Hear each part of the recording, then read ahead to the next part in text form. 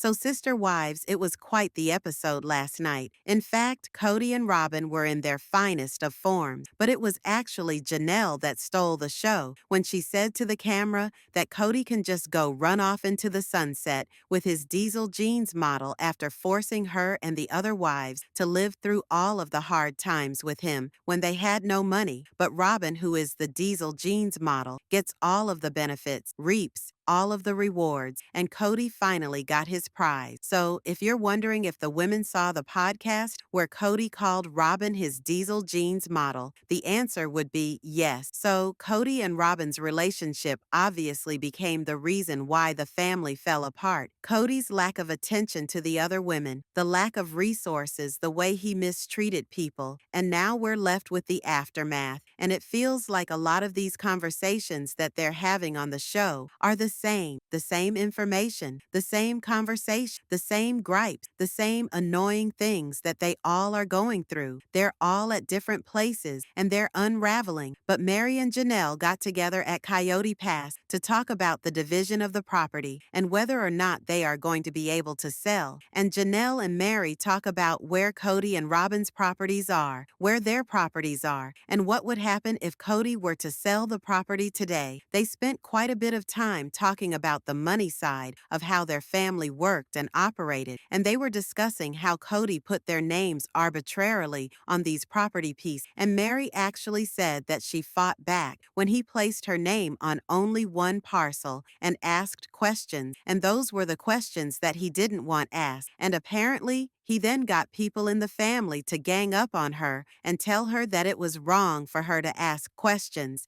And I'm assuming those people were Robyn. If you need a translation, I can speak Janelle and Meri, and I can read through the line, and I understand what they're talking about. And they're talking about Robyn. They're talking about Robyn. So Meri got upset about how the land was divided, and she confronted Kody about it, and then he used Robyn, who ganged up on her, and told her that it wasn't her place or her right to question how the land was divided, and it actually, a portion of that conversation happened out on the property at the breakup where Robyn said that she needed her parcel, and Meri said, well, I need my too, and this too, and that too, and Robyn's like, but I need 4. That was at the end, and I believe that that was an ongoing fight. So Robyn, even at the end of the relationship, was like, I still need 4 acres. Meri, you don't need it. Okay, so Meri is talking about how she tried to fight for what was hers, and Robyn said no. Oh, and so did Kody. And then Janelle slips in there that while they were in Lehigh, she went into debt, and she had to pay debt off to support other people in the family who could not afford or contribute now. In fairness, when they were in Lehigh, Christine had a lot of debt,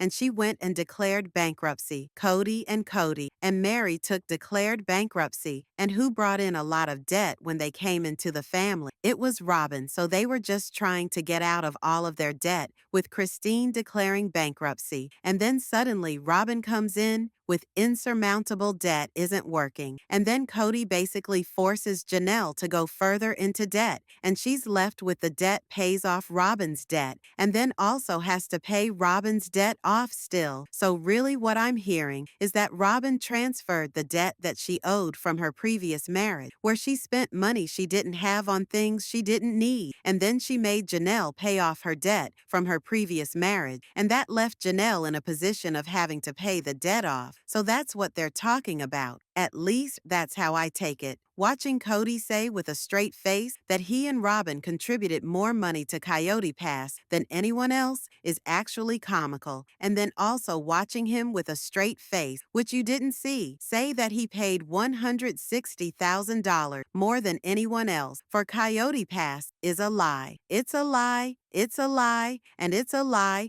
With what money did he have that he used for that he didn't take from someone else? They all had the same income, all of them for years. Some of them had double income because they were working side jobs and also giving that money to Kody. So what job side hustle did Robyn have that contributed $160,000 more than anyone else to Coyote Pass? And then on top of that, for him to act like he and Robyn have given more money to anyone else to pay off family debt. He said the sale of Robyn's house paid off family debt. That's not true because on the show, she said that the money from the sale of her home was sitting in equity, waiting for Coyote pass. So, was it used to pay off family debt, or did it sit in equity and just sit there waiting to pay off Coyote Pass and to build a house? We all know Robyn probably spent all the money, and they're just lying to try to cover up the fact that Robyn spent all the money. And then for Meri to say with a straight face that she did this is amazing because she said, Robyn and Kody don't get to benefit from what I contributed. They don't get to just take it all. They handed over money, Meri and Janelle, to Kody and Robyn for the down payment of the McMansion that I'm sure they never got paid back. And all of this fighting over money is just, and on the one hand, I get angry for them and I'm like frustrated. And then on the other hand, I'm like, how are you so blind? How are you so,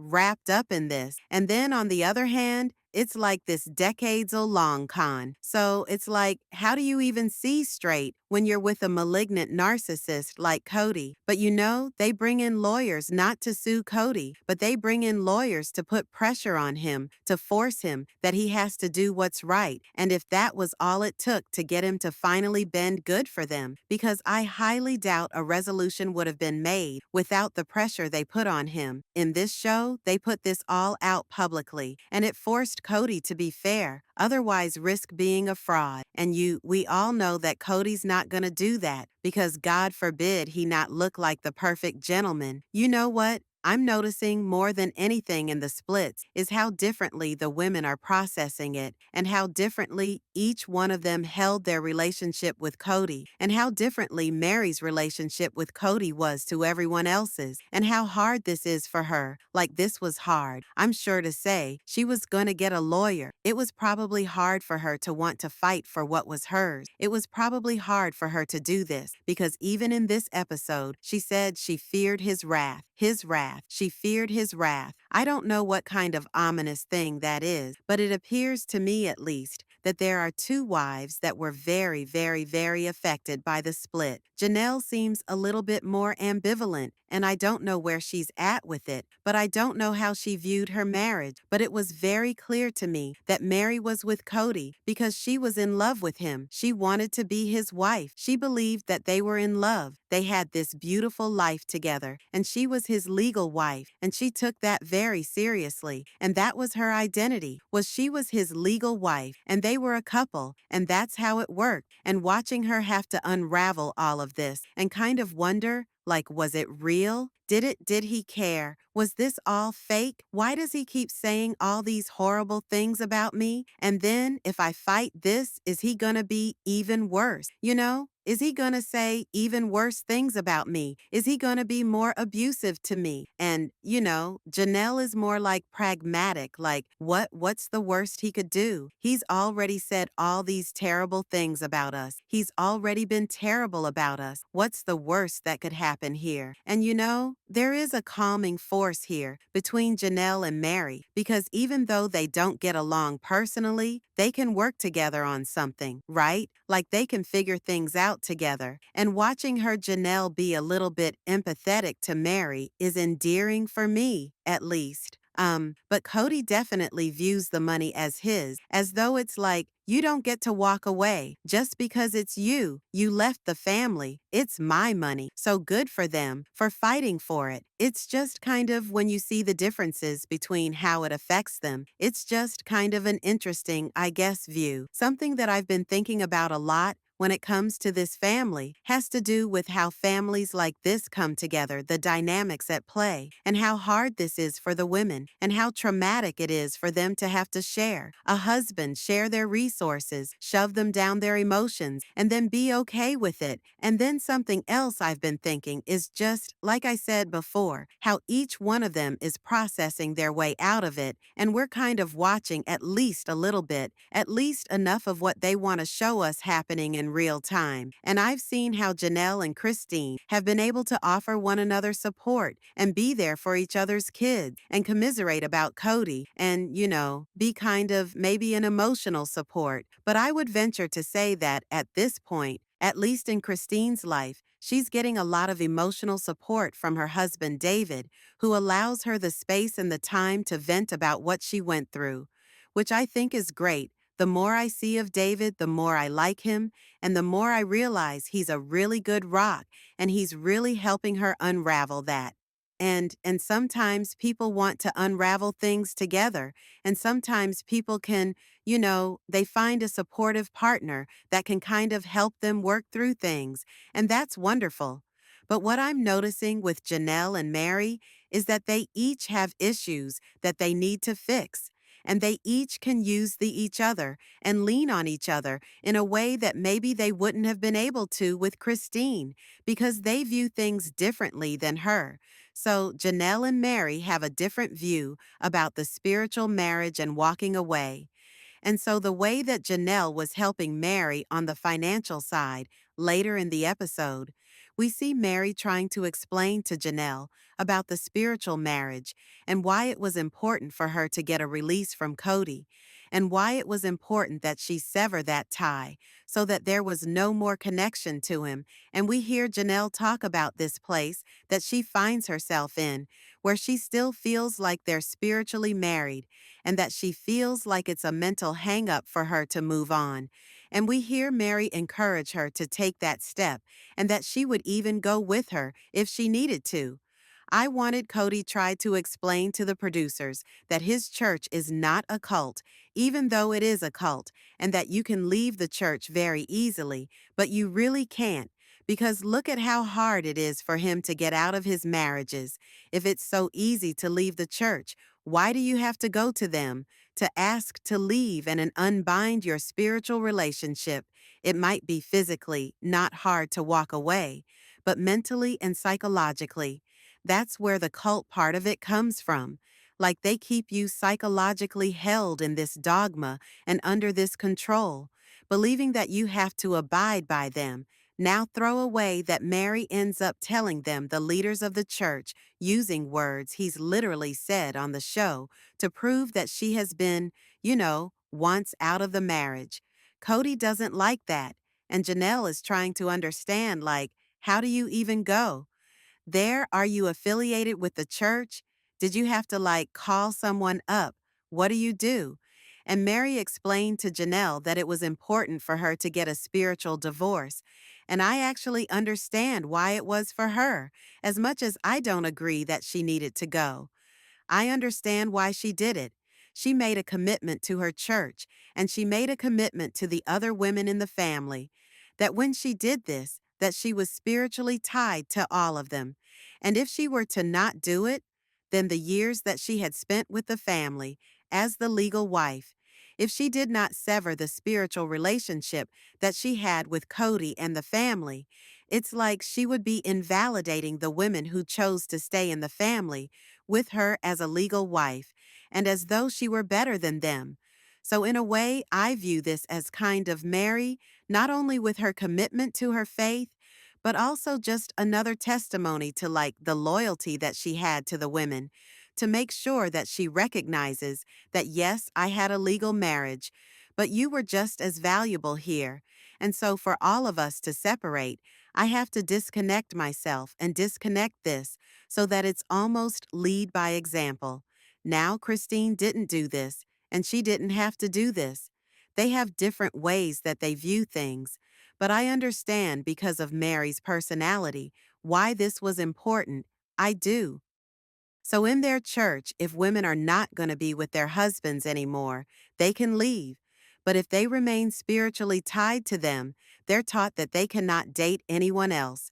They cannot marry anyone else because they are sealed to their other spouse that they left for time and all eternity. And in order to keep the women in the mindset and held in that and trapped in that, through fear, and they say that if she leaves and goes with another man, she's going to anger God. She's going to not hold true to her vows.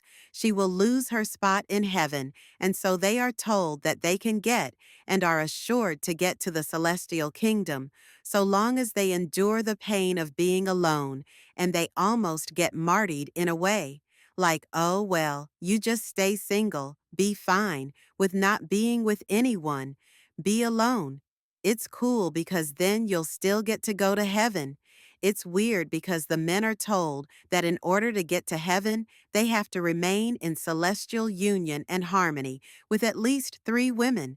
But then at the same time, the women that leave say, and are not with the man anymore, and that the men abandoned. They then, the women are said told, well, as long as you stay single and you don't cheat, you're technically still in celestial harmony. What it doesn't even make sense. It doesn't make sense. It just enables the men so that they can be terrible to the women and just abandon them, and then it keeps the women trapped. And so I like that Meri's trying to help her realize that she'll help her do this if she needs to do this, because maybe she needs that kind of emotional support. I know that Meri and Janelle often will say that they don't get along. They don't see things in the same way. They will never be best friends, but they work together pretty well when they do have to work together. And I'm sure the fact that their relationship started off very rocky. Obviously, Janelle joined a family where she was the ex-sister-in-law of Meri married to Meri's brother. I can't imagine it started off on the best footing. But at the end of the day, it's the 2 women that started the family, that are the 2 women that are figuring out how to make it fair, how to support one another, and how to help the other get the fair way out so that they can leave okay, with dignity, and with a sense that there's nothing hanging over their heads that will keep them stuck, and does. And to me, that's what matters. So really, she's helping Meri get what's fair. Financially, Meri's helping Janelle see that she doesn't have to stay stuck. She can get out. She'll help her get out if she needs to go get the spiritual divorce, and ultimately, they can both leave then unencumbered, and ultimately both of these things are going to ultimately piss off Kody and Robyn because it takes away the spiritual marriages, it takes away their ceilings, it further makes Kody a failure, and it takes away the finances that Kody and Robyn feel so justified in doing. And really, to me, what this display is it's just a public way for the 2 of them to show unity, that we're not going to be messed with. We're going to be a united front on this Kody and Robyn. You're not going to divide us. And if that's all it took for them to get fair, equitable division of the property at Coyote Pass, good for them, good for them. Now, there's more to this episode, and we'll get to it in another video. Either later today or later this week, I still have much more to cover today when it comes to Blake Lively and Jed Wallace and all of the things that happened over the weekend. So, what are your thoughts? Or Janelle and Meri sticking it to Robyn and Kody and coming together to get what's theirs?